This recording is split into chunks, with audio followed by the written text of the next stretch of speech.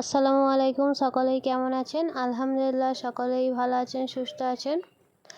আজ আপনাদের সঙ্গে শেয়ার করব মুরগির মাংস কিভাবে একদম সহজ পদ্ধতিতে রান্না করা যায় ও সবচেয়ে স্বাদ ভালো হয়। একদম এইভাবে রান্না করে দেখবেন স্বাদ হবে খুবই সুন্দর। এখানে আমি 1 কেজির মতো চিকেন নিয়েছি। এখানে প্রথমে এটা পরিষ্কার করে ধুয়ে নিয়েছি। তারপর এতে মাখিয়ে দেব লেবু।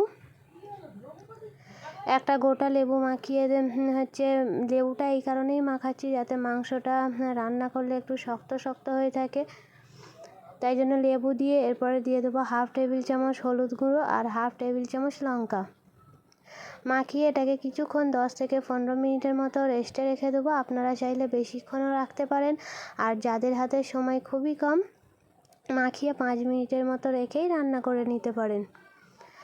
এরপরে চিকেনটা রান্না করব। তার জন্য কড়াইয়ে দিয়ে দিলাম পরিমাণ মতো তেল। তেলটাকে প্রথমে খুব সুন্দর গরম করে নিতে হবে, নাহলে তেলের যে একটা কাঁচা গন্ধ সেটা বার হবে।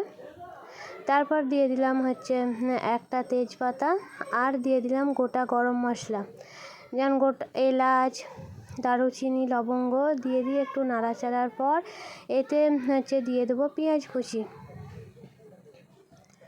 আমি 3টে এখানে বড় সাইজের পেঁয়াজ নিয়েছি, আর দেখতেই পাচ্ছেন পেঁয়াজটা কেমনভাবে কেটেছি।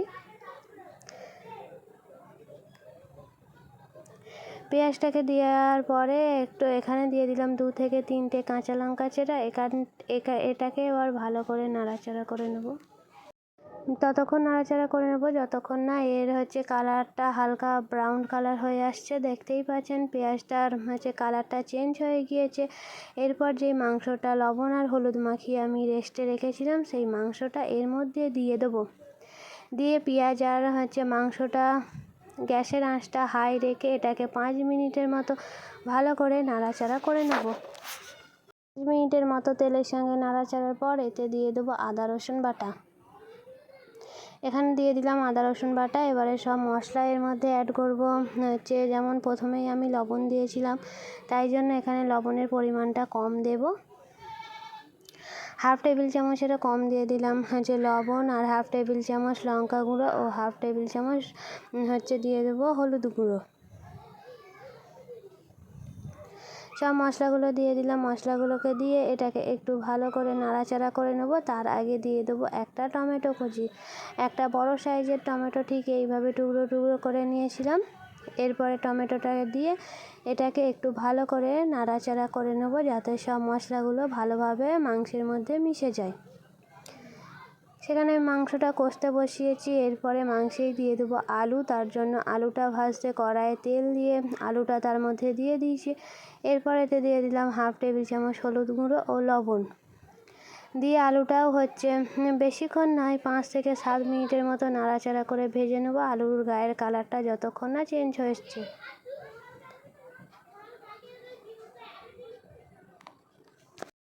পেয়েছেন আলুর কালারটা কেমন বাদামি কালার হয়ে গেছে, মানে ভাজা কমপ্লিট।